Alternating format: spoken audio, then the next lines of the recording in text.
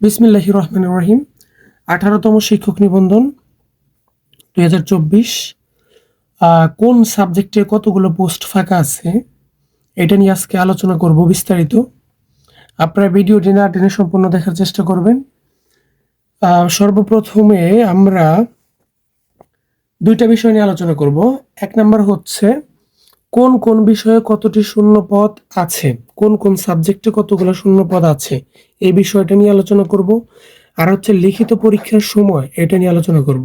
তার আগে একটা কথা বলে রাখি, যারা নিবন্ধনের জন্য রিটেন পরীক্ষার প্রস্তুতি নিচ্ছেন, এখনো যারা প্রিপারেশন নিচ্ছেন না, বসে আছেন যে পরীক্ষার ডেট দিলে হয়তো বা আমরা পড়ব, তাদের জন্য একটা কথা বলি, আজকের সফলতার জন্য ঘাম না ঝরালে কাল ব্যর্থতার জন্য চোখের পানি ঝরাতে হবে। আজকে যে শূন্য পদগুলো নিয়ে আমি আলোচনা করব, কোন পোস্টে কতগুলো ফাঁকা আছে বাংলায় স্কুল পর্যায়ে, সহকারী শিক্ষক স্কুল পর্যায়ে বাংলায় এখানে পঞ্চম গণবিজ্ঞপ্তি থেকে আমরা দেখতে পাই যে বাংলায় 4,405টা শূন্যপদ ছিল। এখানে টোটাল আবেদন করেছে 2,054 জন। তার মানে বাংলায় কিন্তু ব্যাপক সংখ্যক সিট কিন্তু এখানে ফাঁকা থাকবে। তারপরে ইংরেজিতে এই বিষয়ে মোট শূন্যপদ ছিল 6,565। 6,565টি শূন্যপদ ছিল। এখানে মোট আবেদন করা হয়েছে 3,675 জন। সুতরাং সবারও যদি চাকরি হয়ে যায় তারপরেও কিন্তু এখানে সিট ফাঁকা থাকে অনেক, এখানে অনেকগুলো পোস্ট ফাঁকা থাকবে। এখানে 15তম তারপর 14তম আগের যারা নিবন্ধনধারীরা আছে তারা কিন্তু আবেদন করতে পারবে না, শুধু 16তম এবং 17তম নিবন্ধনধারীরা অ্যাপ্লাই করতে পারবে। তাদের ভিতরেও কিন্তু অনেকের চাকরি হয়ে গেছে, আর যাদের চাকরি হয়ে গেছে তারা কিন্তু অ্যাপ্লাই করতে পারবে না। সুতরাং এমনিই আবেদন করার প্রার্থীরা এমনিই কমে গেছে। তারপরে আমরা দেখতে পাচ্ছি পদার্থবিজ্ঞান, এটা হচ্ছে ভোকেশনাল শাখার জন্য। আর পদার্থবিজ্ঞান জেনারেল যে শাখা ওটা হচ্ছে ভৌত বিজ্ঞান। ভোকেশনাল শাখায় যে সিট আছে 138, এখানে অ্যাপ্লাই করেছে 1,114টি। ভৌত বিজ্ঞানে টোটাল ফাঁকা পোস্ট হচ্ছে 12,486টি। এখানে অ্যাপ্লাই করেছে 2,016 জন। তার মানে এখানে টোটাল 1,000-এরও অধিক সিট কিন্তু এখানে ফাঁকা থাকবে। এই যে ফাঁকা সিটগুলা, এইগুলা কিন্তু 18তম নিবন্ধন যারা পরীক্ষা দিচ্ছেন, যারা উত্তীর্ণ হবেন তাদের মাধ্যমে কিন্তু এই ফাঁকা সিটগুলা পূর্ণ করা হবে। তারপরে এইখানে যে ফাঁকা সিটগুলো থাকবে, তারপরে 18তম নিবন্ধনে যারা উত্তীর্ণ হবে এর মাঝখানে যে সময়টা থাকবে সেই সময়ে কিন্তু অনেক শিক্ষকরা অবসরে যাবেন। সেই শূন্যপদের সাথে এই শূন্যপদগুলো যোগ হয়ে কিন্তু আরো শূন্যপদ বেড়ে যাবে। সুতরাং যারা ভালো করে পড়ছেন তাদেরই কিন্তু চাকরি হওয়ার সম্ভাবনাটা বেশি থাকবে। একটা কথা মনে রাখবেন, যারা এখনো প্রিপারেশন নিচ্ছেন না, বসে আছেন যে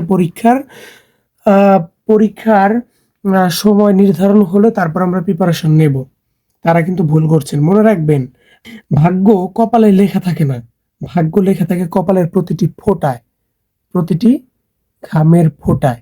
ঠিক আছে? সুতরাং ভালো করে পড়াশোনা করেন। পুরুষের জীবন অনেক কঠিন, আপনি যদি ভালো চাকরি না পান এই পৃথিবীও আপনাকে ভুলে যাবে। সুতরাং পড়াশোনা করতে হবে। রসায়ন, এটাও কিন্তু ভোকেশনাল শাখা। এইখানে 130টি সিট ফাঁকা আছে। এইখানে আবেদন করেছে 902 জন।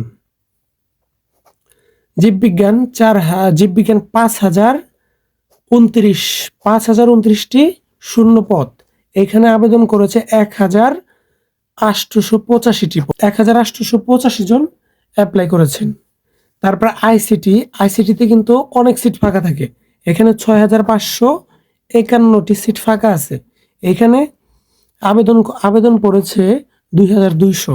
সামাজিক বিজ্ঞান অনুষদ, এখানে সাতটা সাবজেক্ট মিলিত, এখানে 1,985টি সিট ফাঁকা।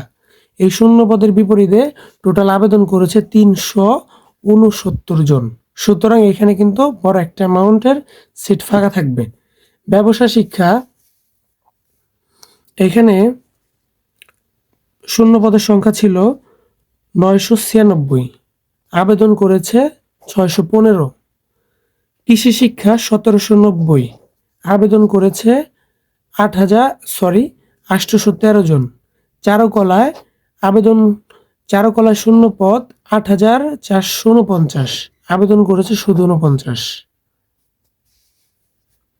গ্রন্থাগার 4956টি শূন্য পদ, আবেদন করেছে 2059টি। সুতরাং এখানে কিন্তু বিশাল একটা সিট ফাঁকা থাকবে। তারপর আমরা কলেজ পর্যায়ে নিয়ে একটু আলোচনা করি। কলেজ পর্যায়ে শূন্যপদ হচ্ছে 600, বাংলায় শূন্যপদের সংখ্যা হচ্ছে 606টি, আবেদন করেছে 255টি। ইংরেজিতে 633টি শূন্যপদ, এর বিপরীতে আবেদন করেছে 281টি।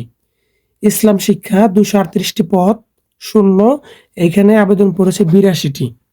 কৃষি শিক্ষা এখানে শূন্যপদের সংখ্যা হচ্ছে 142, আবেদন করেছে 48। হিসাব বিজ্ঞান 152 শূন্যপদ, আবেদন করেছে 82। গণিত 361, আবেদন করেছে 124।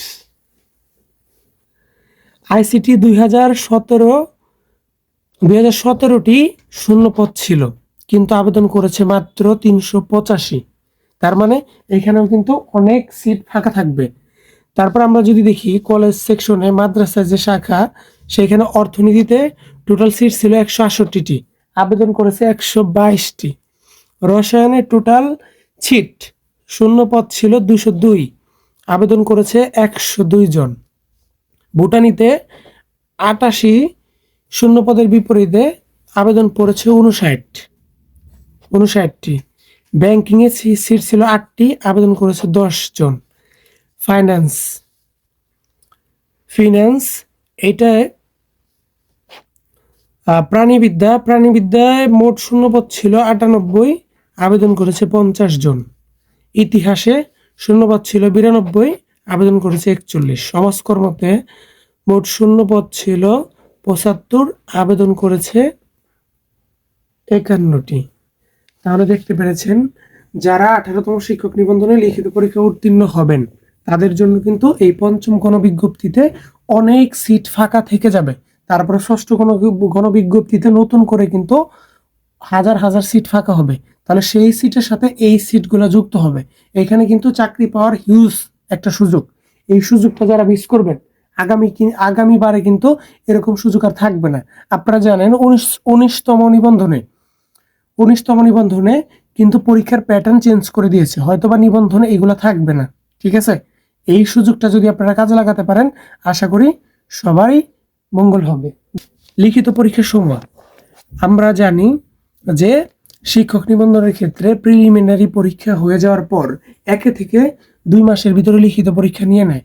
যেহেতু প্রিলিমিনারি পরীক্ষা শেষ হয়ে গেছে, যে কোনো সময় আমাদের ডেট আসতে পারে। আমরা এনটিআরসি ওয়েবসাইটে দেখেছি যে জুলাই মাসের প্রথম সপ্তাহে পরীক্ষা হবে।